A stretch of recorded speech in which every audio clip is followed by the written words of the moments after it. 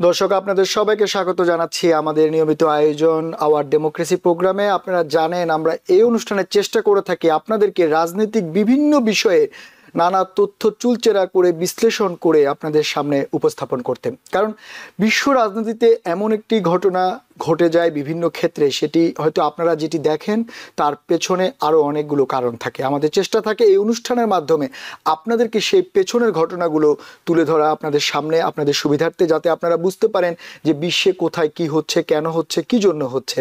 কারণ এগুলোর সঙ্গে মানুষের জীবনের দৈনন্দিন জীবন থেকে শুরু করে আবার আপনার জীবনযাত্রা এবং আপনার দেশ জাতি সব কিছু নির্ভর করে এই রাজনীতির উপরে। তাই রাজনীতির বিশ্লেষণ যদি আপনি ধরতে না পারেন তাহলে হয়তোবা আপনাকেও পিছিয়ে যেতে হবে অন্যদের থেকে যারা এটি সহজে ধরতে পারে। তাই আমাদের এই অনুষ্ঠানের চেষ্টা থাকে সেই ঘটনাগুলো আপনাদের সামনে তুলে ধরতে। একটা উইকেন্ড কাটানোর পরে আজ আসলে আমরা যখন এই অনুষ্ঠান করছি, বিভিন্ন বিষয় চারপাশে ঘুরপাক খাচ্ছে। তার মধ্যে সবচেয়ে বেশি আলোচিত এই মুহূর্তে এই রাজনীতিতে, বিশ্ব রাজনীতিতে, সেটি হচ্ছে ভেনেজুয়েলা এবং আমেরিকার সম্পর্ক। কারণ ভেনেজুয়েলা এবং আমেরিকার এই সম্পর্কটা এখন এমন এক পর্যায়ে গিয়েছে যে যে কোনো সময় প্রেসিডেন্ট ট্রাম্প হয়তোবা ভেনেজুয়েলাতে আক্রমণ করতেও পারে, গ্রাউন্ডে আক্রমণ করতে পারে, আকাশপথে আক্রমণ করতে পারে, হয়তোবা আক্রমণ না করে নেগোসিয়েশনও করতে পারে যদি ভেনেজুয়েলার বর্তমান প্রেসিডেন্ট মাদুরো পদত্যাগ করেন। কিন্তু এর মধ্যে সুখবর যেটি হচ্ছে, আজ হোয়াইট হাউসে ভেনেজুয়েলার প্রেসিডেন্টের মাদুরোর সঙ্গে প্রেসিডেন্ট ট্রাম্প কথা বলেছেন এবং তারা যেটি প্রেসিডেন্ট ট্রাম্পের পক্ষ থেকে যেটি বলা হচ্ছে যে তারা একটি নেগোসিয়েশনে পৌঁছেছেন, যে প্রেসিডেন্ট ট্রাম্প যেটি চাচ্ছেন যে মাদুরোকে সহসায় পদত্যাগ করে একটি নির্বাচন দিতে হবে। কারণ উনি বিশ্বাস করেন ভেনেজুয়েলাতে এখন কোনো প্রকারের আইন শৃঙ্খলা নেই, কোনো প্রকারের মানবাধিকার নেই, এবং গত যে নির্বাচন হয়েছে ভেনেজুয়েলাতে সেটি খুবই রিগড নির্বাচন হয়েছে, যে নির্বাচনটি আমেরিকা সমর্থন করে না। কিন্তু আপনি মাদুরোর দিক থেকে চিন্তা করলে উনি কিন্তু প্রথম থেকেই বলে আসছেন যে ভেনেজুয়েলার মানুষ তার সঙ্গে রয়েছে। 2013 সালে হুগো চাভেজ মৃত্যুর পরে উনি যখন দায়িত্ব নেন ভেনেজুয়েলার, তারপরে 2018 নির্বাচনে উনি যখন আবার দায়িত্ব নেন, তখন থেকে উনি ভেনেজুয়েলাকে একটি উন্নত দেশ হিসেবে তৈরি করার চেষ্টা করে যাচ্ছেন। ভেনেজুয়েলার বেশিরভাগ মানুষ তার সঙ্গে আছেন এমনটা দাবি তার। তবে বাস্তবতা বলছে ভিন্ন কথা। কারণ এবারে নোবেল প্রাইজ, যে নোবেলের শান্তি পুরস্কার, সেটির কিন্তু একটা চমক রয়েছে যে ভেনেজুয়েলার মাদুরোর বিরুদ্ধে যিনি আছেন অপোজিশন লিডার, যিনি দীর্ঘদিন ধরে আন্দোলন করে যাচ্ছেন, কর্নিয়া মাচাদোকে শান্তিতে নোবেল পুরস্কার দেওয়া হয়েছে, যেটি প্রেসিডেন্ট ট্রাম্পকে না দিয়ে উনাকে দেওয়া হয়েছে পিস কমিটির পক্ষ থেকে, নোবেল পিস কমিটির পক্ষ থেকে। এটিও একটি সিগনিফিক্যান্ট। কিন্তু এত কিছুর পরেও ভেনেজুয়েলা শান্তি ফেরানো যাচ্ছে না, প্রেসিডেন্ট ট্রাম্পের মন কিছুতেই গলছে না। আমরা সেটা নিয়ে আলোচনা করব, আসলে কি ঘটছে ভেনেজুয়েলায় বা কি ঘটতে যাবে। কারণ ভেনেজুয়েলার সঙ্গে নির্ভর করছে আপনার ল্যাটিন আমেরিকার অন্য দেশগুলো যে রাজনৈতিক সম্পর্ক। কারণ এর মধ্যে হন্ডুরাসের নির্বাচন চলছে, এল সালভাদরের নির্বাচন সামনে, মেক্সিকোর সঙ্গে টানাপোড়েন, কলম্বিয়ার সঙ্গে ঝামেলা, সবকিছু মিলিয়ে ল্যাটিন আমেরিকার সঙ্গে আমেরিকার যে সম্পর্ক সেটি নিয়ে আমরা চেষ্টা করব আপনাদের সামনে কিছু তথ্য তুলে ধরতে। সেই সঙ্গে রয়েছে সেই বরাবরের মতোই ইউক্রেন রাশিয়া শান্তি আলোচনা।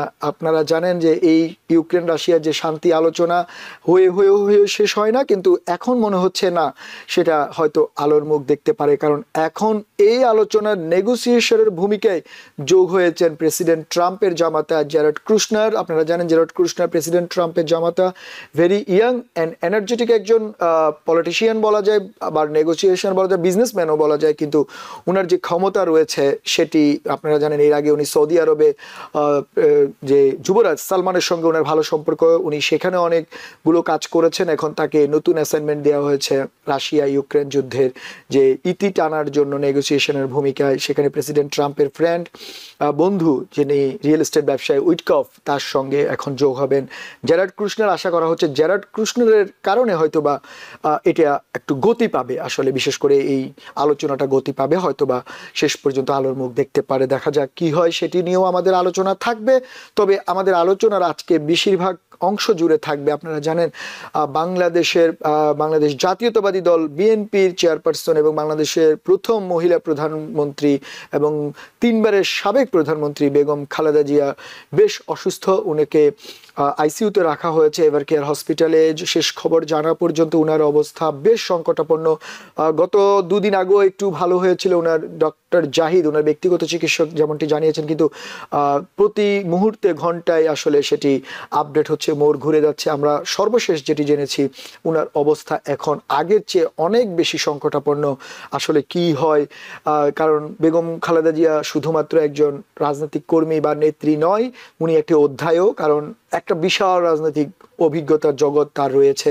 একটা ভঙ্গুর দলকে কিভাবে নেতৃত্ব দিয়ে ক্ষমতায় নিয়ে যাওয়া যায় সেটি উনি করে দেখিয়েছেন। তাই উনার সেই রাজনৈতিক দক্ষতা নিয়েও আমরা আলোচনা করব। সেই সঙ্গে আলোচনা থাকবে বাংলাদেশের আগামী সাধারণ নির্বাচন, প্রফেসর ইউনূস কি করতে যাচ্ছেন, সেই নির্বাচন আদৌ কিভাবে হবে, সেই নির্বাচনের কোনো লক্ষণ কি সাধারণ মানুষ দেখছেন কিনা বা বিশ্লেষকরা দেখছেন কিনা সেটি নিয়েও আমরা কথা বলবো। সেই সব বিষয় নিয়ে তার সঙ্গে অন্যান্য বিষয় তো থাকবেই। আশা করি আপনারা আমাদের অনুষ্ঠানটি পুরোটাই উপভোগ করবেন।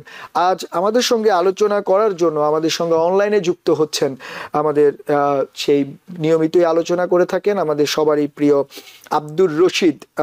উনি হচ্ছেন former general secretary Bangladesh law society USA. Rashid ভাই, আপনাকে স্বাগত আমাদের অনুষ্ঠানে। সেই সঙ্গে আমাদের আরো একজন অতিথি থাকছেন professor doctor Munir Mustafa Ali, former chairman English southern university of battle র। মুনির ভাই, আপনাকেও স্বাগত আমাদের অনুষ্ঠানে। আপনাকে ধন্যবাদ। আপনাদের দুজনকে আপনারা শুনলেন, আমি আসলে অনেকগুলো বিষয় প্রথমে ইন্ট্রোডিউস করেছি, এর বাইরেও অনেক আলোচনা থাকছে। আমি একটু আব্দুর রশিদ ভাই আপনাকে দিয়েই শুরু করতে চাই। শুরুতেই যেটা জানতে চাই, যেমনটা আমরা বললাম যে ভেনিজুয়েলা একটি আসলে চমকপ্রদ একটি দেশ। ভেনিজুয়েলা যদি আমরা দেখি ইতিহাস, সেই হুগো সাবেজের থেকে শুরু করে উনি যে লেফটিস্ট ঘরানার, সেখান থেকেই ভেনিজুয়েলাকে নেতৃত্ব দিয়ে বিশাল সংগ্রাম, ওনার নিজের আর্মি কোর গড়ে তোলা থেকে শুরু করে এরপরে 2013-তে ওনার মৃত্যুর পরে যে নিকোলাস মাদুরো ক্ষমতা নিলেন। নিকোলাস মাদুরো ক্ষমতা নেওয়ার পরে পর্যন্ত 18 পর্যন্ত ঠিক ছিল, কিন্তু 18-র পরে আবার যখন এই নির্বাচন হলো 18-তে, সে নির্বাচন নিয়ে কিন্তু ভেনিজুয়েলাতে বেশ প্রশ্ন রয়েছে যে এটি একটি কারচুপি নির্বাচন হয়েছে। এবং এক পর্যায়ে ভেনিজুয়েলাতে দেখা গেল যখনই নির্বাচন হওয়ার পরেও বিশেষ করে আমেরিকা সহ অনেক দেশ সেই নির্বাচনকে স্বীকৃতি দেয়নি। তারা বলছিল যে সেটি বিতর্কিত নির্বাচন এবং মাদুরোর যে নীতি সেটি আসলে মানবাধিকারের লঙ্ঘনেরই শামিল। কিন্তু তখনও ঠিক ছিল, কিন্তু এখন এসে মনে হচ্ছে যে মাদুরোর সঙ্গে আমেরিকার লড়াইটা একেবারে সামনাসামনি পর্যায়ে চলে আসছে। একেবারে বলা যায় উন্মুক্ত ভাবেই চলছে, কারণ প্রেসিডেন্ট ট্রাম্প এরই মধ্যে ভেনিজুয়েলার আকাশসীমা বন্ধ ঘোষণা করেছেন, সব ধরনের বিমান চলাচল বন্ধ। কিন্তু আবার পাশাপাশি আজকে হোয়াইট হাউসে ভেনিজুয়েলার প্রেসিডেন্টের সঙ্গে প্রেসিডেন্ট ট্রাম্প ফোনে কথাও বলেছেন। সবকিছু মিলিয়ে আমার প্রশ্ন হচ্ছে যে আসলে কি ঘটতে যাচ্ছে ভেনিজুয়েলায়, কেন বা ভেনিজুয়েলাকে নিয়ে আমেরিকার এত মাথা ব্যথা, বা মাদুরো বা কি চাচ্ছেন, আপনার কি মনে হয়? ধন্যবাদ আপনার এই প্রশ্নের জন্য। আপনি যদি ঐতিহাসিকভাবে দেখেন যে ভেনিজুয়েলা, তারপরে কিউবা, কলম্বিয়া, এই দেশগুলো যখন সোভিয়েত ইউনিয়ন পরাশক্তি রাষ্ট্র হিসেবে 80-90 দশকে যখন তারা প্রায় আমেরিকার সমকক্ষ কিংবা কিছু কিছু ক্ষেত্রে আমেরিকার চেয়ে অনেক বেশি এগিয়ে ছিল, আকাশ গবেষণা থেকে শুরু করে পারমাণবিক অস্ত্র গবেষণা থেকে শুরু করে এসব বিষয়ে, তখন কিন্তু আপনার দেশগুলো, দক্ষিণ আমেরিকার দেশগুলোর মধ্যে সোভিয়েত ইউনিয়নের একটা বড় প্রভাব ছিল। এবং সোভিয়েত ইউনিয়নের প্রভাবে কিন্তু এইখানকার কিছু দেশ আপনার কমিউনিস্ট রাষ্ট্রে কিন্তু পরিণত হয়েছিল। বিশেষ করে আমরা কিউবার কথা উল্লেখ করতে পারি এবং ভেনিজুয়েলার কথা উল্লেখ করতে পারি। কিউবা এবং ভেনিজুয়েলার একটা অন্যতম গুরুত্বপূর্ণ রোল আছে দক্ষিণ আমেরিকায়। তারা আপনার যে সাম্যবাদী আন্দোলনকে গড়ে তোলা এবং দীর্ঘদিন ধরে এর পূর্বে যে আমেরিকার একটা আধিপত্যবাদ সাউথ আমেরিকায় ছিল, তার মধ্যে একটা অ্যান্টি শক্তি হিসেবে গড়ে তোলা এবং সাকসেসফুলি এটাকে তারা ওভারকামও করতে পেরেছিল, বিশেষ করে ফিদেল কাস্ট্রোর নেতৃত্বে, চে গুয়েভার নেতৃত্বে। এবং ভেনিজুয়েলা, এই দেশগুলো কিন্তু তখন সম্মিলিতভাবে তা আমেরিকা পরাশক্তিকে চ্যালেঞ্জ করার জন্য তারা একটা অবস্থান নিয়েছিল এবং একটা সময় সাকসেসফুলও হয়েছিল। কিন্তু তারপরে যখন সোভিয়েত ইউনিয়নের পতন ঘটে, এরপর থেকে কিন্তু এই রাষ্ট্রগুলোকে পরাশক্তি কোনো সাপোর্ট দেওয়ার মতো থাকে না। সোভিয়েত ইউনিয়ন দুর্বল হয়ে যায় অর্থনৈতিকভাবে এবং সামরিকভাবেও 90 দশকের শুরুতে সোভিয়েত ইউনিয়নের পতনের পর, এবং যার ফলে ওদের ওয়ার্ল্ডে আমেরিকার এগেনস্টে প্রতিরোধ গড়ে তোলার মতো আন্তর্জাতিক কোনো বন্ধু তাদের থাকলো না। যা না থাকার কারণে আমেরিকা যখন এই সুযোগটা, আমেরিকা কিন্তু এই অ্যাডভান্টেজটা আমেরিকা নিল। আমেরিকা তখন কি করলো, এই কমিউনিস্ট রাষ্ট্রগুলো, একটা সময় আপনি জন এফ কেনেডির সময় আপনি যদি খেয়াল করে থাকেন, তখন কিন্তু কিউবা এতখানি একটা ছোট্ট দ্বীপ রাষ্ট্র এত শক্তিশালী হয়ে গিয়েছিল যে সোভিয়েত ইউনিয়ন তার পারমাণবিক অস্ত্র পর্যন্ত কিউবাতে পাঠিয়েছিল, এবং আমেরিকা এটা নিয়ে বেশ টেরিফাইড ছিল, এবং আমেরিকা জনগণ এটা নিয়ে খুব উদ্বিগ্ন ছিল যে একটা নিউক্লিয়ার ওয়ার কি লেগে যায় কিনা, সোভিয়েত ইউনিয়ন শুরু করে একটা প্রক্সি ওয়ার কিউবাকে কেন্দ্র করে লাগে কিনা। তো এরকম একটা জায়গায় একটা ইতিহাস তৈরি হয়েছিল। এবং শুধু তাই না, আপনার যে ড্রাগের যে নার্কো টেররিস্ট যারা আছে, যারা দক্ষিণ আমেরিকা, কলম্বিয়া, ভেনিজুয়েলার মতো দেশ থেকে, তারা কিন্তু বিলিয়নস এন্ড বিলিয়নস অফ ডলারের কিন্তু আপনার এই কোকেন, হেরোইন কিংবা অন্যান্য আপনার মারিওয়ানা, এগুলো কিন্তু আমেরিকাতে তারা পাঠাতো দীর্ঘদিন ধরে, এবং একটা বিশাল অঙ্কের টাকার একটা ব্যবসা এখানে সিন্ডিকেট ছিল, যেগুলো দক্ষিণ আমেরিকার উত্তর আমেরিকার মধ্যে এসব পাঠিয়ে কিন্তু অনেক অর্থ তারা আর্ন করতো। তো এখন আমেরিকা যেহেতু পৃথিবীতে একমাত্র পরাশক্তি বলা যায়, সোভিয়েত ইউনিয়ন যেহেতু এখন নাই, রাশিয়ার অর্থনীতি বেকায়দা, রাশিয়া যুদ্ধ করতে করতে এখন রাশিয়ার অবস্থাও খুব একটা ভালো না, সুতরাং আমেরিকা চাচ্ছে যে সাউথ আমেরিকা যেন তাদের দখলে থাকে, এবং সাউথ আমেরিকায় যদি কোনো নেতৃত্ব এই মুহূর্তে থাকে যারা যদি সঠিক গণতন্ত্র এবং ইন্টারন্যাশনাল অর্ডার যেগুলো আমেরিকা তৈরি করেছে এগুলোকে যদি রেসপেক্ট না করে, তাহলে সেই কান্ট্রিগুলোকে পিছনে চারদিক থেকে প্রেশারাইজ করা এবং সেই কান্ট্রিগুলোকে দুর্বল করা, এবং আমেরিকার যে সুপিরিয়রিটি আছে, আমেরিকার যে আধিপত্যবাদ আছে, সেই আধিপত্যবাদকে আরো ব্যাপকভাবে বিস্তার করা দক্ষিণ আমেরিকায়। তারই একটা ফলস্বরূপ এই যে বর্তমানে ভেনিজুয়েলার সাথে আপনি দেখতে পাচ্ছেন, আমরা দেখছি অলরেডি কিউবা কিন্তু অনেক দুর্বল হয়ে গেছে। সুতরাং আপনার হুগো স্যাভেজের পরে, হুগো স্যাভেজ কিন্তু মোটামুটি ভেনিজুয়েলাকে একটা কমিউনিস্ট রাষ্ট্র হিসেবেই কিন্তু তৈরি করেছিলেন, এবং যার উত্তরসূরি মাদুরো সেটাকে সাস্টেইন করার জন্য তিনি চেষ্টা চালিয়েছেন। কিন্তু আমেরিকা অবশ্যই চাইবে না যে সেখানে তার কমিউনিস্ট মতাদর্শের কোনো সরকার প্রধান থাকুক এবং একটা রাষ্ট্র মানে কমিউনিস্ট আইডিওলজিতে চলুক। আমেরিকা চাইবে সেখানে পুঁজিবাদ কায়েম করা, ফ্রি মার্কেট ইকোনমি কায়েম করা, এবং আমেরিকার যে পলিসি এবং নীতি আছে সেগুলোকে কায়েম করে, যাতে আমেরিকার স্বার্থ ওখানে উদ্ধার হয়।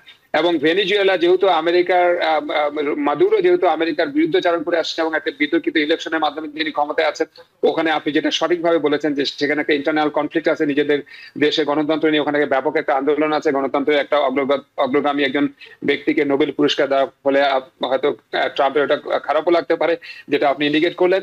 তো এখন ট্রাম্প অবশ্যই চাইবে যে ভেনিজুয়েলাকে যাতে একটা নির্বাচন আসে, সঠিক গণতন্ত্র যেন ওখানে আসে, এবং আমেরিকার অনুগত যেন একটা সরকার ব্যবস্থা ওখানে তৈরি হয়, খুব স্বাভাবিক আমেরিকা সেটা চাইবে। আব্দুর রশিদ ভাই, আপনি ঠিকই বলেছেন, বা আপনি যে বিষয়গুলো রেজ করেছেন, শুধু কি সেই কারণগুলোই মুখ্য বিষয় একটি নির্বাচন, অথবা আপনি যেমনটা বললেন যে ড্রাগ সহ বিভিন্ন ডিলিং, যে চোরাচালানির যে ব্যাপারগুলো রয়েছে, আর্থিক ব্যাপার রয়েছে, সেটি হয়তো কারণ হতে পারে। কিন্তু পাশাপাশি আমি একটু প্রফেসর ডক্টর মুনির, আপনি শুনলেন আব্দুর রশিদ ভাই যেমনটা বলছিলেন, তার সঙ্গে আমি কিছু যোগ করতে চাই। যেমন আপনি জানেন যে যখন থেকে ভেনিজুয়েলাতে নির্বাচন হয়েছিল, বিশেষ করে 2018 নির্বাচনের পর থেকে কিন্তু একদিকে মাদুরো নিজেকে প্রেসিডেন্ট ঘোষণা করেছেন, আবার বিরোধীদের পক্ষ থেকে হুয়ান গুয়াইদো উনি কিন্তু নিজেকে প্রেসিডেন্ট ঘোষণা করেছেন, এবং ওয়াশিংটনের পক্ষ থেকে হুয়ান গুয়াইদোকে কিন্তু স্বীকৃতি দেওয়া হয়েছে। কিন্তু এতদিন এভাবেই চলছিল। কিন্তু আমার প্রশ্ন হচ্ছে যে হন্ডুরাস, তারপরে আপনি জানেন মেক্সিকোর প্রেসিডেন্টের সঙ্গে একটি ঝামেলা, কলম্বিয়ার সঙ্গেও ঝামেলা, এল সালভাদোরের সঙ্গে ঝামেলা, সেই সঙ্গে এখন ভেনিজুয়েলা, সবকিছু মিলিয়ে আমেরিকা কি প্রতিবেশীদের সঙ্গে সম্পর্ক দিন দিন খারাপের দিকে যাচ্ছে, নাকি আসলে নতুন কোনো সম্পর্ক তৈরির চেষ্টা? এটি কি দেখছেন আপনি? আপনাকে ধন্যবাদ। আপনার মূল প্রশ্নটা ছিল যে আমেরিকার এই ভেনিজুয়েলা নিয়ে এত মাথা ব্যথা কেন। ভেনিজুয়েলা সম্পর্কে রশিদ সাহেব একটা ইতিহাস দিলেন যে ভেনিজুয়েলা মূলত একটা কমিউনিস্ট দেশ, সেখানে রাশিয়ার একটা ইনফ্লুয়েন্স হলো, এবং রাশিয়ার ইনফ্লুয়েন্সের কারণে ভেনিজুয়েলা একটা শক্তিশালী দেশ ছিল এক সময়। এটা কিন্তু ঠিক না। আসলে ভেনিজুয়েলা ছিল একটা ডেমোক্রেটিক কান্ট্রি। আপনার 70s, 80s এবং পার্ট অফ 90s আপনার হিগো চাভেজ ক্ষমতা আসার আগ পর্যন্ত আপনার ভেনিজুয়েলা মানে দক্ষিণ আমেরিকা একটা ধনী দেশ ছিল, এবং সে ধনী দেশ হওয়ার পিছনে কারণটা তাদের তেল। কিন্তু হিগো চাভেজ যখন ক্ষমতা আসলো, সে কিন্তু ফিডেল ক্যাস্ট্রোর সিম্প্যাথাইজার হয়ে গেল, ফিডেল ক্যাস্ট্রোর সাথে তার একটা সম্পর্ক হলো। আমরা জানি আপনার ফিডেল ক্যাস্ট্রোর সাথে আমেরিকার তো দীর্ঘদিনের শত্রুতা। মানে ফিডেল ক্যাস্ট্রো ক্ষমতা যাওয়ার পর থেকে সে যখন সোভিয়েত ইউনিয়নকে ইনভাইট করলো তার দেশে, এবং সে দেশটা কমিউনিস্ট হয়ে গেলো, সেই থেকে তাদের সাথে আমেরিকার চিরশত্রুতা। তো হিগো চাভেজ যখন আপনার সেই এর সাথে মিলে গেল আপনার ফিডেল ক্যাস্ট্রোর সাথে, এবং ওই তখন থেকে আমেরিকার কিন্তু প্রবলেম। আমি 80s, 90s আমি দেখেছি যে আমেরিকায় আপনার ভেনিজুয়েলার তেল কিন্তু যেখানে সেখানে পাওয়া যেত। এই যে সিটকো যে গ্যাস স্টেশনগুলো, এগুলো মাঝে কিন্তু ছিল না। আপনার 80s প্রায় প্রতি জায়গায় ওই সিডকো গ্যাস স্টেশন পাওয়া যেত, কারণ এগুলো হলো ভেনেজুয়েলান তেল। তখন কিন্তু ভেনেজুয়েলা যখন আমেরিকার সাথে খুব ভালো সম্পর্ক ছিল, খুবই ভালো সম্পর্ক ছিল ভেনেজুয়েলার, তখন আপনার এই আমেরিকার তেলও সস্তা ছিল, আমেরিকার সবচেয়ে সস্তা ছিল এই আপনার সিডকো গ্যাস। যেটা আমি বললাম যে হিগো চাভেজের সাথে আমেরিকার যে প্রবলেমটা, সেই প্রবলেমের কারণে আসলে ভেনেজুয়েলার ডেমোক্রেসির ব্যাপারে যে আমেরিকার খুব একটা মাথা ব্যথা আমার মনে হয় না। এটা ঠিক ব্যক্তিগত, যেহেতু হিগো চাভেজের ভালো সম্পর্ক হলো ফিডেল ক্যাস্ট্রোর সাথে, এবং এই যে মাদুরো কিন্তু আপনার হিগো চাভেজের পটিজে, মানে সে কিন্তু তার মানে নাম্বার ওয়ান, আপনি ডান হাত বলেন, বাম হাত বলেন, বা ডিপুটি বলেন, সেটা ছিল। এবং তার যে একই ধারাবাহিকতা উনি মেনটেন করে যাচ্ছেন। মারা গেছে অনেক আগে, কিন্তু তার লয়ালটি থেকে চেঞ্জ হয়নি। মাদুরো কিন্তু এখনো খুবই লয়াল সেই ব্যক্তিটার উপর, যার ফলে আমেরিকা তাকে সহ্য করতে পারে না। এটার বাইরে আমি কোনো কারণ দেখি না। হ্যাঁ, আপনি যদি বলেন যে ডেমোক্রেসি মানে ভেনেজুয়েলার ডেমোক্রেসির নেচারটা কেমন, হ্যাঁ ওখানে আপনি বলতে পারেন যে হিগো চাভেজ ডেমোক্র্যাট না বলে তাকে আপনি ডিক্টেটর বলতে পারেন। মাদুরো সেই একই তারিখ পন্থাসে অবলম্বন করেছে। কাজে ভেনেজুয়েলার যে ইলেকশন, এই ইলেকশনটা ফেয়ার হয় না। হয়তো ইলেকশন ফেয়ার হলে মাদুরো কখনো প্রেসিডেন্ট হতে পারতো না। হ্যাঁ, তো এইটা হচ্ছে কারণ। কিন্তু ট্রাম্পের যে ইদানিং যে ব্যাপারগুলো, যে আপনার সেই বোট অ্যাটাক থেকে শুরু করে এখন তিনি বলছেন যে ল্যান্ডেও তিনি অ্যাটাক করবেন, হ্যাঁ, এটা আমার মনে হয় একটা চাল, এবং সেই চালটা দেওয়া হচ্ছে যাতে করে মানে মাদুরোর কাছ থেকে উনি কিছু আদায় করতে পারেন। আমার মনে হয় না যে এই যে রেজিম চেঞ্জ এগুলো মানে অন্যান্য গভর্নমেন্ট কেয়ার করে, কিন্তু আমার মনে হয় না যে ট্রাম্প কেয়ার করে। হয়তো দেখা যাবে, দেখেন এই যে আমি যে বললাম যে সিডকো গ্যাসটা মাঝে কিন্তু একদমই দেখা যায়নি, এই যে ট্রাম্প আসার পরে কিন্তু এখন আবার দেখা যাচ্ছে নতুন করে।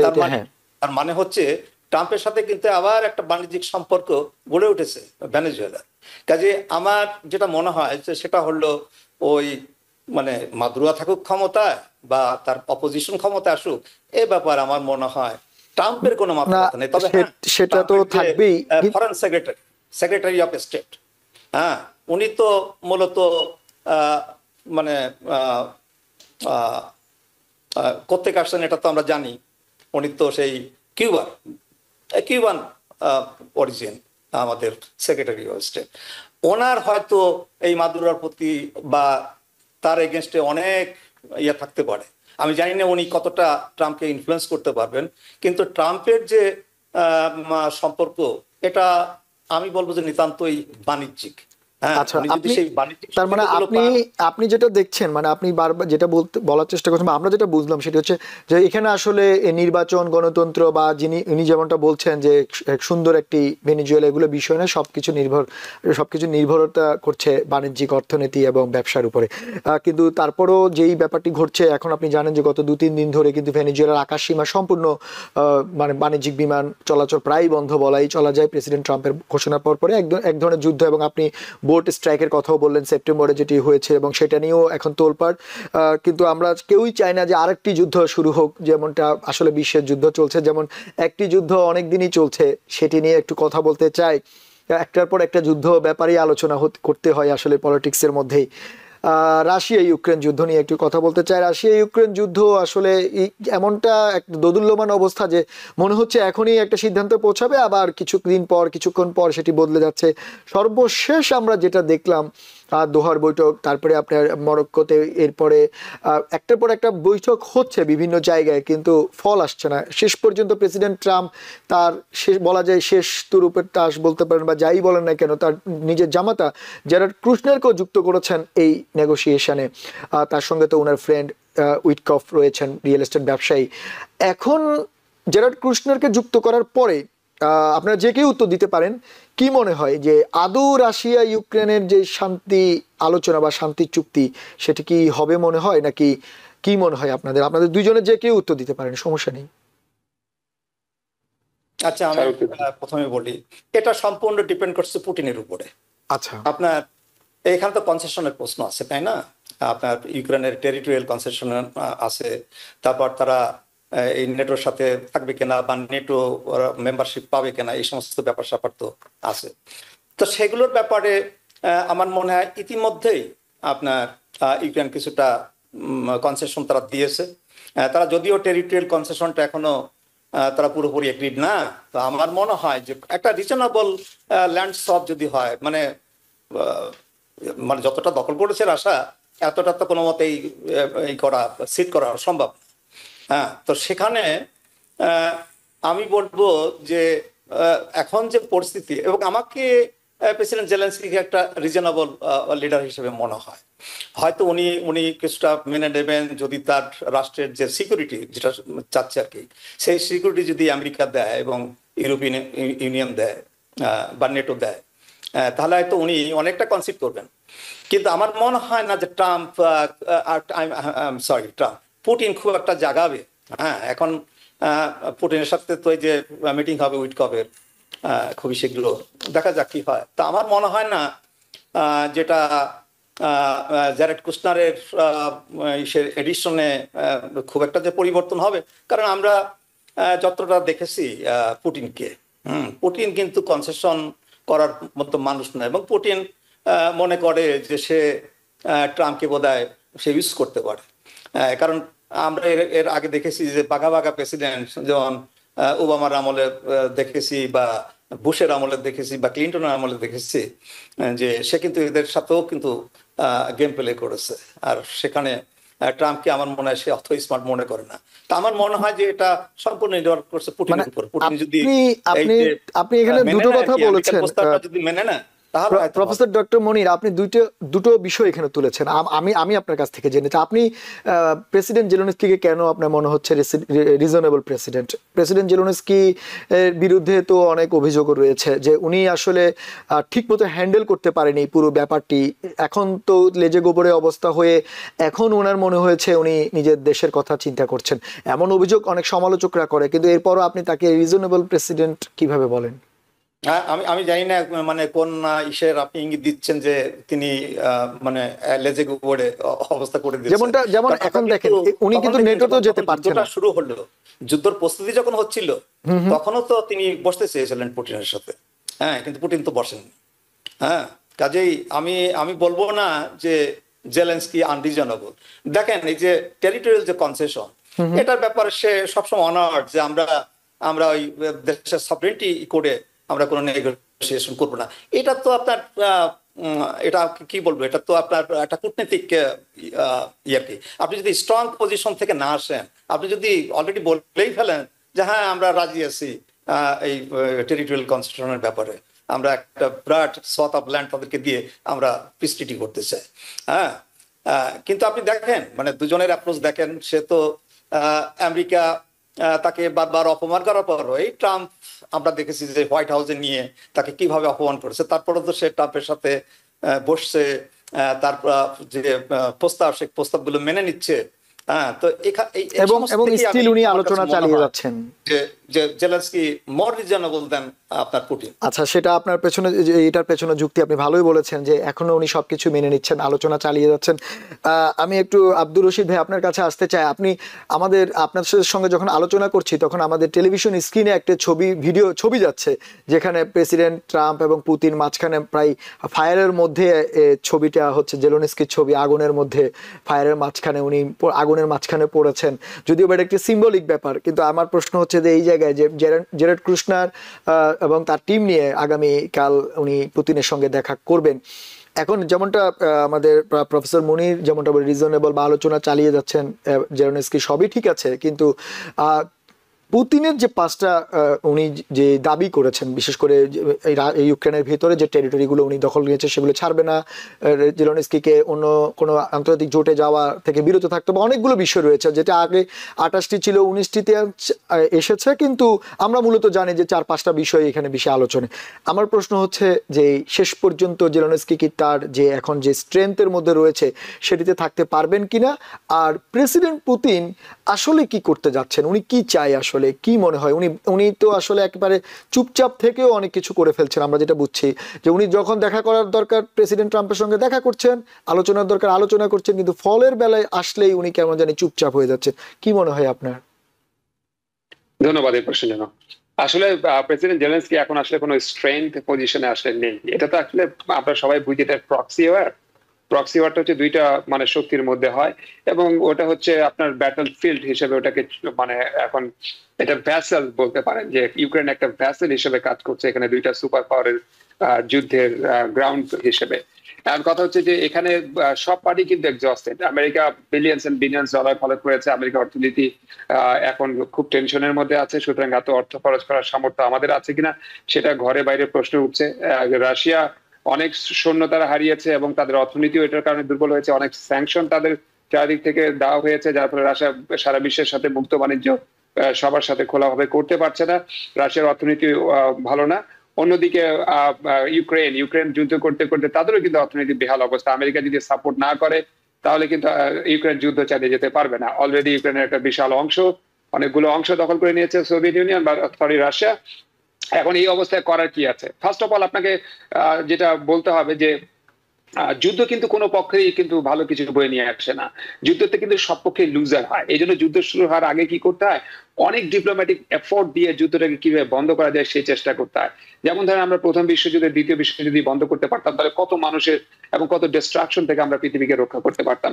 কিন্তু হয় কি, যুদ্ধটা একটা ইগো গিয়ে একটা সময় গিয়ে একটা ইগোতে পরিণত হয়, এবং এই ইগো থেকেই কিন্তু যুদ্ধগুলো তৈরি হয়। যেমন হিটলারের ইগো থেকে দ্বিতীয় বিশ্বযুদ্ধ তৈরি হয়েছে, আপনি অন্যান্য যুদ্ধগুলো দেখবেন একই অবস্থা। তো এখন এই মুহূর্তে ইউক্রেনে যেটা বিষয় চলছে, আমি কিন্তু একটা দিক দিয়ে হোপফুল যে সব পার্টি একটা সময় কি শৌর্য বীর্য শক্তি দিয়ে যুদ্ধ করতে করতে যখন এক্সস্টেড হয়ে যায়, তখন তাদের উপায় থাকে না, তখন তাদের একটা নেগোসিয়েশন বা একটা ডিলের মধ্যে আসতে হয়। তখন তারা উপায় খুঁজতে থাকে আলোচনার, উপায়ন্তর হয়ে কিন্তু এখন আমরা সেই জায়গাটাই দেখছি। আমি বিশ্বাস করি যে অল্প সময়ের মধ্যে আমরা এখন একটা ভালো পিস, একটা ডিল তৈরি করতে পারবো, একটা শান্তি চুক্তি হবে। কারণ হচ্ছে যে আর কোনো পার্টির আসলে আগ্রহ নেই ওই যুদ্ধটা চালিয়ে যাওয়ার। আমাদের যেমন দেখেন, একদিকে রাশিয়া কিন্তু আমাদের বন্ধু এবং রাশিয়ার সাথে আমরা বাণিজ্য করতে চাই, রাশিয়া কিন্তু একটা বড় মার্কেট আমেরিকার জন্য, রাশিয়াকে যখন আমাদের দরকার। On the other side Ukraine কিন্তু ন্যাচারাল রিসোর্সে পরিপূর্ণ, ইউক্রেনের সাথে আমরা ন্যাচারাল রিসোর্সের কতগুলো আমাদের অলরেডি চুক্তি হয়েছে। আমরাও চাই যে ইউক্রেনের যে অর্থনৈতিক যেটা মানে তারাও লাভবান হবে, আমরাও লাভবান হবো, তাই না? এখন সবকিছু মিলায় ইউরোপ দেখেন, ইউরোপের কিন্তু সামর্থ্য নাই ইউক্রেনকে একা সাপোর্ট দিয়ে এই যুদ্ধটাকে চালিয়ে যাওয়ার। আবার নেটোভুক্ত যদি ইউক্রেন হয় তাহলে রাশিয়া তাতে সন্তুষ্ট হবে না। তো এখন কথা হচ্ছে এই যে হযবরল অবস্থার মধ্যে, এর মধ্যে দিয়ে এই মুহূর্তে একটা শান্তি চুক্তি হচ্ছে একমাত্র লক্ষ্য, যেটা সারা পৃথিবী চায়, আমেরিকা চায়, রাশিয়া চায় এবং ইউক্রেনও চায়। এখন কথা হচ্ছে কে কতটুকু কনসেশন করতে পারবে সেটি হচ্ছে মূল প্রশ্ন। আমার বিশ্বাস যে কনসেশনের জায়গাটা আমরা পৌঁছে যাব। আমরা মানে দফা কমিয়ে নিয়ে এসে 19 বা 21 এসেছি, এটা যেই হোক 19 বা 21 মধ্যে কোনো একটা হয়তো ফিক্স হবে। যেমন আমরা আজকে দেখলাম যে উইকপ ওইখানে আছে, তিনি কথাবার্তা চালাচ্ছেন, এট দ্য সেম টাইম আমাদের যে এবং আমাদের জেড কুশনারকেও ডোনাল্ড ট্রাম্প পাঠিয়েছে। সুতরাং সেখানে দেখেন একটা শান্তি চুক্তি হলে কিন্তু সবাই ইকোনমিক্যালি বেনিফিটেড হবে। এখানে এতে হয়তো কিছু ছাড় দিতে হবে, কিন্তু উপায় নাই, কারণ ইউক্রেন যুদ্ধ করতে করতে এমন জায়গায় চলে এসছে। এখন যদি ইউক্রেন যদি এই ল্যান্ড গুলোকে যদি কনসেশন না করে, ছাড় যদি না দেয়, তাহলে ইউক্রেনের অবস্থাও কিন্তু খুব খারাপ হয়ে যায়। অন্যপক্ষে আমেরিকা যদি ইউক্রেনের উপর বিরক্ত হয়ে যদি আমেরিকা সাপোর্ট দেওয়া বন্ধ করে, তাহলে কিন্তু রাশিয়ার বেশি সময় লাগবে না গোটা ইউক্রেনকে দখল করতে। সুতরাং এই মুহূর্তে একটা চুক্তি হওয়াটাই বাঞ্ছনীয় এবং একটা চুক্তির পথে আমরা যাচ্ছি। সেটা ঠিকই বলেছেন। আসলে সবাই চায় শান্তি, যুদ্ধ কেউই চায় না, কারণ যুদ্ধ কখনো ভালো কিছু বয়ে আনে না। আমরা একটু বাংলাদেশ প্রসঙ্গে আসতে চাই। আমরা আন্তর্জাতিক বাংলাদেশের যে ব্যাপারগুলা এখন ঘটছে, বিশেষ করে বাংলাদেশের সাবেক প্রধানমন্ত্রী, বলা যায় প্রথম মহিলা প্রধানমন্ত্রী, এবং আপনারা জানেন যে জেনারেল জিয়াউর রহমান মৃত্যুর পরে যে বিএনপি বাংলাদেশ জাতীয়তাবাদী দলের হাল ধরেছিলেন বেগম জিয়া, এবং শুধু হাল ধরেননি, বিরোধী আন্দোলনে গণতন্ত্রের জন্য যেভাবে আন্দোলন করেছেন এবং শেষ পর্যন্ত 1990-তে উনি নির্বাচনের মাধ্যমে প্রথম ক্ষমতায় আসেন। এছাড়া আরো অনেকগুলো জিনিস রয়েছে উনার, যেমন উনার যে রাজনৈতিক কেরিয়ার, বলা যায় বিশাল এক কেরিয়ার, এক অধ্যায় রয়েছে, কিন্তু সবচেয়ে দুঃখজনক ব্যাপার হচ্ছে যে বয়সের ভারাক্রান্ততে উনি এখন জীবন মৃত্যুর সন্নিকটে। আমি একটু প্রফেসর মনির আপনার কাছে জানতে চাই যে বেগম জিয়ার এখন যে অবস্থা, বলা যায় মানে যেই কন্ডিশনের মধ্যে রয়েছে, তাতে করে বেগম জিয়ার যদি কিছু হয়, সেক্ষেত্রে আপনি কি দেখছেন যে বাংলাদেশের রাজনৈতিক অধ্যায়ে, বিশেষ করে আমরা যাদেরকে বাংলাদেশের প্রমিনেন্ট রাজনীতিবিদ বলছি, তার মধ্যে বেগম জিয়া, ক্ষমতাচ্যুত সাবেক প্রধানমন্ত্রী শেখ হাসিনা সহ যারা দীর্ঘদিন বাংলাদেশের রাজনীতিতে অবদান রেখেছেন, আর সেক্ষেত্রে বেগম জিয়ার এরকম অসুস্থতা কি মানে কি ইঙ্গিত দিচ্ছে, সেটিকে একটি অধ্যায়ের সমাপ্তির পথে আপনার কি মনে হয়? এর পাশাপাশি আরেকটা জিনিস আপনাকে জানিয়ে রাখি যে বেগম জিয়ার অসুস্থতার নতুন একটি মোড়, সেটি হচ্ছে ভারতের প্রধানমন্ত্রী নরেন্দ্র মোদী বেগম জিয়ার সুস্থতা কামনা করে এক্স হ্যান্ডেলে একটি টুইট করেছেন এবং উনি বলেছেন যে কোনো ধরনের সহায়তা করতে চায়। তো সেক্ষেত্রে হঠাৎ ভারতের প্রধানমন্ত্রী বেগম জিয়াকে নিয়ে টুইট, সেটার কি মাহাত্ম্য বা তাৎপর্য? আর সেক্ষেত্রে আরেকটা ব্যাপার যেটি আমি বলছিলাম প্রথম থেকে, যে বেগম জিয়ার এই অসুস্থতার মাধ্যমে কি একটি অধ্যায়ের শেষ হতে চললো কিনা? একটা অধ্যায় শেষ হতে চললো কিনা সেটা তো আমরা মোটামুটি দেখতে পাচ্ছি। উনি যে অসুস্থ এবং ওনার অসুস্থতার মধ্য দিয়ে বিএনপি যেভাবে চলছে, উনি যেভাবে চালিয়েছেন, আপনি তো অনেক ক্রেডিট দিলেন ওনাকে যে উনি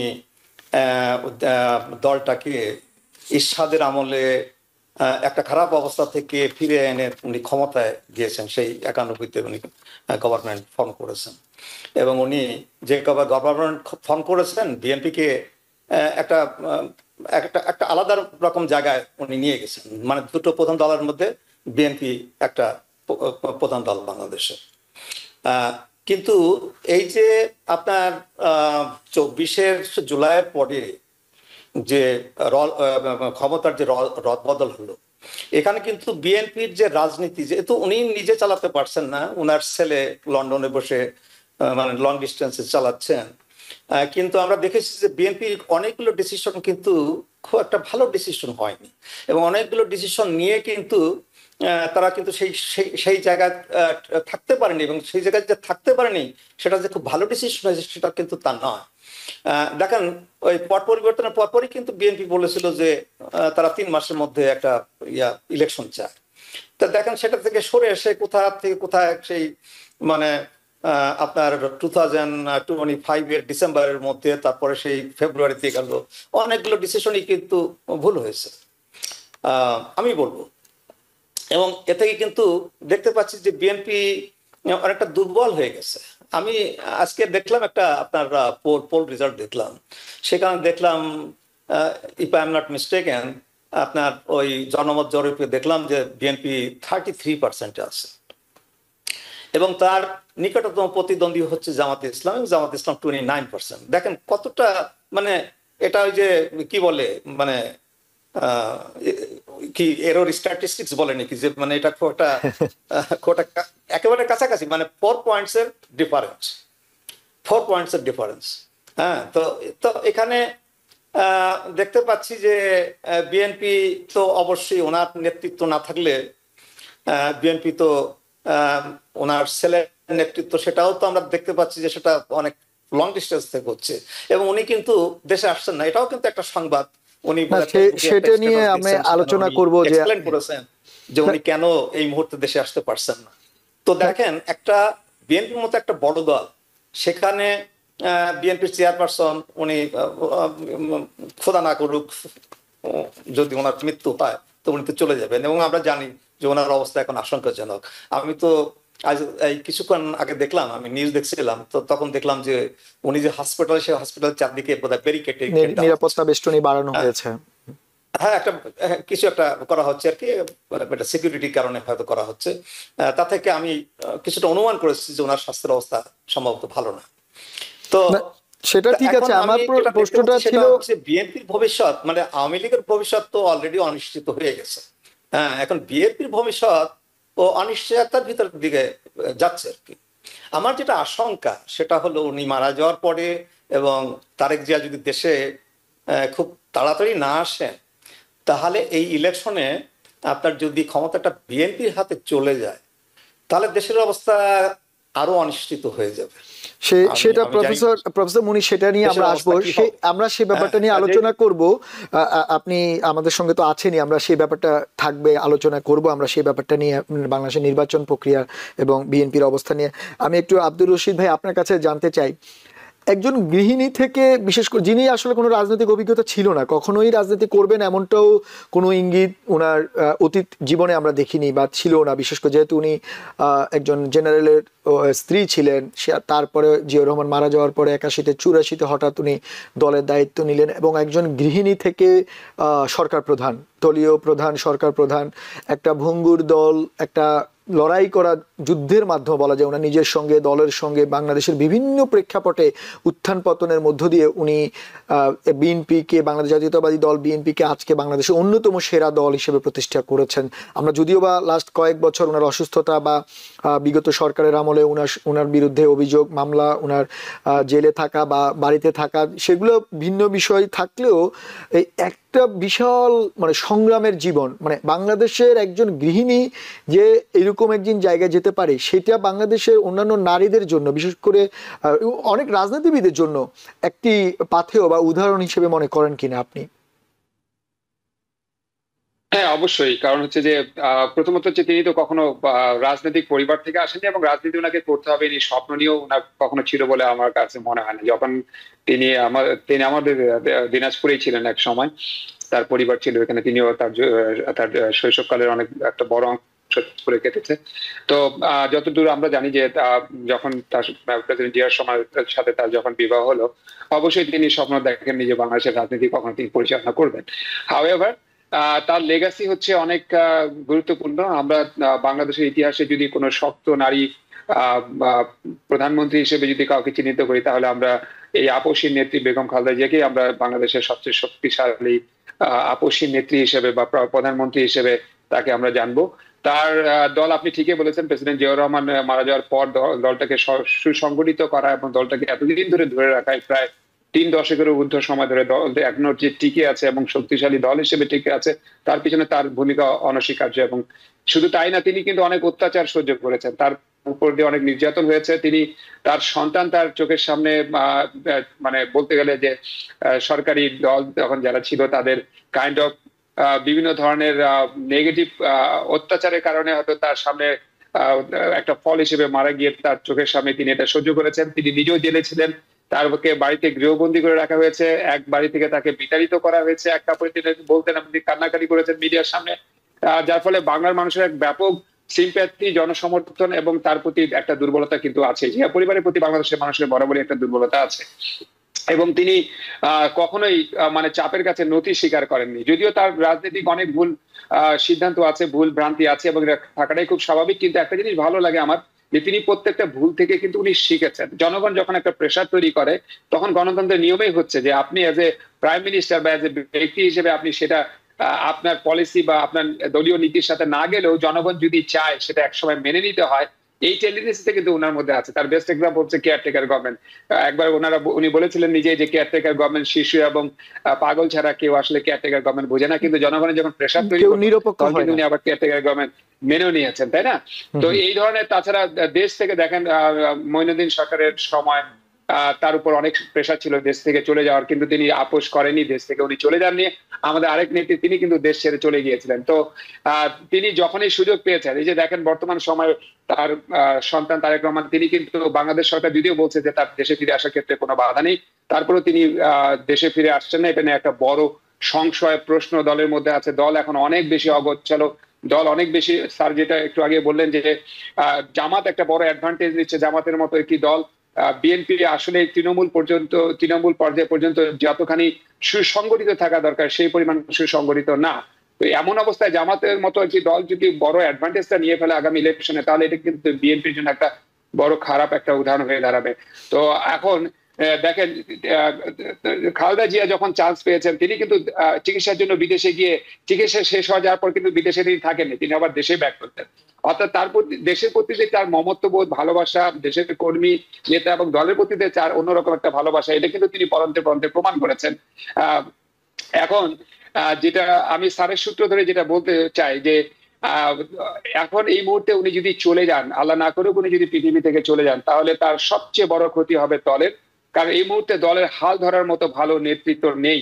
বিএনপি নেতারা এক এক সময় এক এক ধরনের কথা বলেন, তাদের অগোছালো কথাবার্তা এবং তাদের কমেন্ট তৃণমূল পর্যায়ে শোনা হচ্ছে না। আপনারা জানেন যে তৃণমূল পর্যায়ে অনেক চাঁদাবাজি, দখলদারিত্ব, এগুলো শুরু হয়েছে, বিএনপির বদনাম হচ্ছে। এই মুহূর্তে শক্তিশালী নেতা যদি দলটি হাল ধরতে না পারেন, তাহলে এই দলের অবস্থা আরো খারাপ ভবিষ্যতে হবে, এটা আমরা অনুমান আব্দুর রশিদ করতে ভাই, পারি। আপনি আসলে একটি ভালো আব্দুর রশিদ ভাই, আপনি একটি ভালো বিষয় তুলে ধরেছেন যে বেগম জিয়া কিন্তু যখনই সুযোগ হয়েছে, বিশেষ করে 111 সরকার থেকে শুরু করে তারপরে সাবেক যে সরকার, তাদের যে চাপ ছিল, এবং সর্বশেষ আমরা দেখলাম উনি লন্ডনে চিকিৎসা করে আবার দেশে ফিরে এসেছেন। দেশের প্রতি তার মমত্ববোধ, বা উনি হয়তো চেয়েছেন যে ওনার যাই ঘটনা ঘটুক দেশে ঘটবে। কিন্তু আমার প্রশ্ন হচ্ছে প্রফেসর মনির আপনার কাছে, আপনি হয়তো কথাটা তুলেছিলেন একটু আগেই, আমি আবারও প্রশ্নটা করতে চাই। সেটি হচ্ছে উনার এখন যে সংকটময় অবস্থা, প্রথমত হচ্ছে মানবিকতা, এবং সেটি হচ্ছে যেহেতু একজন মা অসুস্থ, সন্তান হিসেবে মায়ের পাশে থাকা একজন সন্তানের দায়িত্ব, কর্তব্য। পাশাপাশি যেটা আব্দুর রশিদ ভাই যেমনটা বললো, রেইজ করলো যে ব্যাপারটি, যে বিএনপির এখন এই মুহূর্তে যে অবস্থা, সুবিধাজনক অবস্থায় রয়েছে, কিন্তু সেই সুবিধার ফলটি ভোগ করতে হলে বিএনপিকে অনেক বেশি গোছানো হতে হবে, এবং সবচেয়ে বড় ব্যাপার নেতৃত্বটাকে স্ট্রং করতে হবে। সেক্ষেত্রে তারেক রহমানের বাংলাদেশে যাওয়াটা কতটা ইম্পর্ট্যান্ট। আর বাংলাদেশ সরকারের পক্ষ থেকে একটি টেকনিক্যালি একটা কথা বলা হয়েছে যে বাংলাদেশ সরকার ওয়ান টাইম পাস দিবে। বাংলাদেশ সরকারের পররাষ্ট্র উপদেষ্টা বলেছে, এই ওয়ান টাইম পাস দিয়ে কি বুঝাতে চেয়েছে বাংলাদেশ সরকার? তার মানে কি তারেক রহমানের বাংলাদেশের নাগরিকত্ব নেই, না বাংলাদেশ তারেক রহমানের বাংলাদেশে পাসপোর্ট পাচ্ছেন না, নাকি তারেক রহমান নিচ্ছেন না বা উনি আসতে চাচ্ছেন না? আপনারা তো অনেক বিশ্লেষণ করে থাকেন, কি মনে হয় এই পুরো ঘটনায় তারেক রহমানের এই জিনিসটা আপনার কাছে কি মনে হয়? ঘোলাটে পরিস্থিতি, নাকি আসলে উনি একটি গভীর সংকটের মধ্যে পড়ে গিয়েছেন? তারেক রহমানের ব্যাপারটা আমার কাছে একটু রহস্যময় মনে হয়। যেমন ধরেন যে পাসপোর্টের কথা বললেন, পাসপোর্ট যদি না থেকে থাকে, ধরেন আগের গভর্নমেন্ট পাসপোর্ট দেনে ধরে নিলাম যে কিন্তু এই গভর্নমেন্ট তো আপনার কত মাস হয়ে গেল, আপনার 15 মাস, কত 15 মাসের উপর 15 মাস হয়ে গেল, তাই না? তো এতদিনে সেই পাসপোর্ট হবে না কেন? একটা পাসপোর্ট করতে, আর ওনার মতো একটা লোক, উনি তো ভিআইপি, উনি একটা পলিটিক্যাল পার্টির মানে এক্সিকিউটিভ হেড, ওনার তো পাসপোর্ট করতে 2-1 দিন লাগার কথা, এর বেশি তো লাগার কথা। হ্যাঁ, আমি ওনার ব্যাপারে যেটা বলবো, উনি একটা পলিটিক্যাল পার্টির একটা ডিফ্যাক্টো লিডার। এখন ওনার মা তো এখন অসুস্থ, এবং অনেকদিন ধরেই অসুস্থ, এবং উনিই চালাচ্ছে। হ্যাঁ, এখন ব্যাপার হলো কি, কোনো দলের যদি নেতৃত্ব দিতে হয়, পলিটিক্স করতে গেলে আপনার রিস্ক নিতে হবে। আমি ধরে নিলাম যে ওনার অনেক থ্রেট আছে বাংলাদেশে। হ্যাঁ, শুধু যে মানে এই যে প্রিভিয়াস গভর্নমেন্টের কাছে যে ওনার থ্রেট ছিল, এই এখন যারা পলিটিক্স করছে, যেমন ধরেন আমি একটা মানে মন গড়া কথা বলছি, যেমন ধরেন জামাত ভাবছে যে তারা ক্ষমতায় যাবে, তা কিভাবে ওই তার যে মেইন অপোজিশন তাকে করা যায়। হ্যাঁ, এরকম একটা পরিকল্পনা জামাত কেন, যে কোনো পার্টির হতে পারে। যে এখন বিএনপি তো খুবই মানে নাজুক অবস্থায় আছে, যদি তাদের এখন যে মানে যে হাল ধরবে তাকে যদি করা যায়, তাহলে প্রফেসর মুনির, আমাদের সময় আসলে কথার কথা বললাম না, আমাদের সময়ও শেষ হয়ে আসছে। আমি পলিটিক্যাল লিডার, তার কি উচিত? তার তো সেই সাহসটা থাকতে হবে। মানে জনগণের সেবা করা মানে কি? পলিটিক্স করা মানে আপনার রিস্ক আসবে, সে সমস্ত রিস্ক ফেস করতে হবে। আমি জানি না ওনার মানে ভয়টা কিসের। সেটা প্রফেসর মুনির, আগস্টের পরে 6-7 আগস্টে গেলেও ওনাকে কিন্তু সাংঘাতিক ভাবে বাংলাদেশের লোক। প্রফেসর মুনির, আমরা আপনার কথা বুঝতে পেরেছি, আমরা যতটুকু বুঝতে পেরেছি, আসলে আমাদের সময় খুবই শেষ, আমাদের সময় নাই বললেই চলে, কথার কথা সময় শেষ হয়ে গেছে। কিন্তু আপনার কথা আমরা যেটা বুঝতে পেলাম, আপনি ঠিকই বলেছেন যে রাজনীতি করতে হলে ঝুঁকি নিতে হবে। তার পলিটিক্যাল পার্সনদের তো ঝুঁকি থাকবেই, কিন্তু দেশের স্বার্থে, জনগণের স্বার্থে, এবং সবচেয়ে বড় ব্যাপার তার নিজের দলের স্বার্থে, এমন একটি সুসময় এখন দলের, এই সময়ে আসলে নেতৃত্ব দিতে গেলে ঝুঁকি নিয়ে দেশে ফিরতেই হবে।